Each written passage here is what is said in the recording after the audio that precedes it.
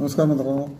पुढचा video FMCG सेक्टरवर आहे. FMCG sector some of the other not doing well. Okay, तर डाबर इंडिया, ओके, याच्यावर हा share 500 was suppose to be low, तर 400वर आला, 406 वगैरे. Same thing Hindustan Unilever 2100 was suppose to be low, आता 2000वर आला. तर ह्या कंपन्यांनी विशेष चांगली कामगिरी दाखवली नाही आहे, कारण बेसिकली लोक कमी गोष्टी वापरतात का आणि मार्केटमध्ये पैसे घालतात का अशी मला शंका आहे. तर असे जर असेल तर चांगलीच आहे. तुम्ही त्याग करा काही गोष्टीचा, की जो तुम्ही साबण शॅम्पू सारखा वापरता तो मे बी इनफ्रिक्वेंटली वापरा.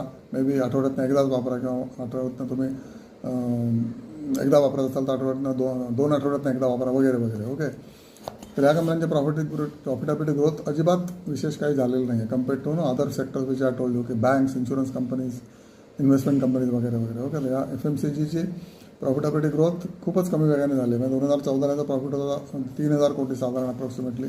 ओके, मोठ्या मोठ्या कंपन्या बघितल्या तर, आणि त्या सध्या त्याचा प्रॉफिट आहे फक्त 6700 कोटी अदर इन्कम वगळून. ओके, अदर इन्कम या कंपन्यांना भरपूर होत असतं, कारण त्यांची इन्व्हेस्टमेंट असते. हिंदुस्तान युनिलिव्हरची इन्व्हेस्टमेंटच भरपूर असू शकते, किंवा ते डिव्हिडंड पण खूप वापरून काय देऊन टाकतात. Okay, all FMC companies as I told you, समजा 100 कोटी प्रॉफिट झाला तर 50 ते 70 कोटी प्रॉफिट वाटून टाकतात, कारण का 75% तर शेअर स्वतःकडेच असतात. ओके, कंपनीच्या लंडन किंवा न्यूयॉर्कमध्ये बसलेल्या कंपनीकडे असतात, त्यामुळे ते वाटून टाकतात. Money goes back again to the foreign countries in terms of dollars.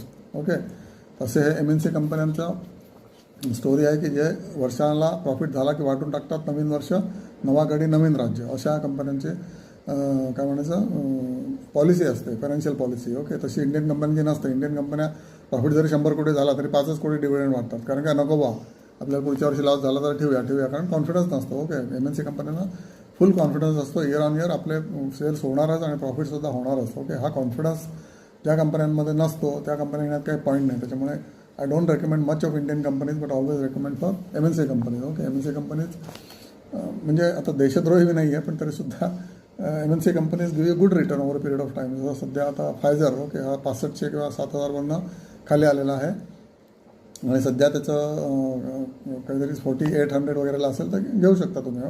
आणि हा फिनॉमिनली चांगला शेअर आहे, परत तुम्ही 7000ला विकू शकाल. ओके, फॉर एक्झाम्पल टेकलं आहे, आणि हा अभ्यासासाठीचा ही रील आहे. त्याच्यामुळे FMCGमध्ये आता हा येतो का फायझर, तर येतो. फायझर जे बनवते ते आपण रोजच्या रोज घेतोच विदाउट डॉक्टर प्रिस्क्रिप्शन. ओके, त्याच्यामुळे 2000 अजूनही ETF आहे, FMCचा ETF आहे. ETFमध्ये तुम्ही इन्व्हेस्ट करू शकता. 52 रुपयाला ETF अजूनही पडीक आहे. 70 रुपये होता ETF 4 वर्षापूर्वी, 70चा अजून 52 आहे. म्हणजे बघा FMCG सेक्टर किती नॉन फेवरेट आहे. It is not favourite for any buyers or any mutual funds. तर असं ही कथा आहे FMCG सेक्टरची, विच इज नॉट फेवरेबल. आता मान्सून चांगला झाला आहे, मे बी पिक्चर विल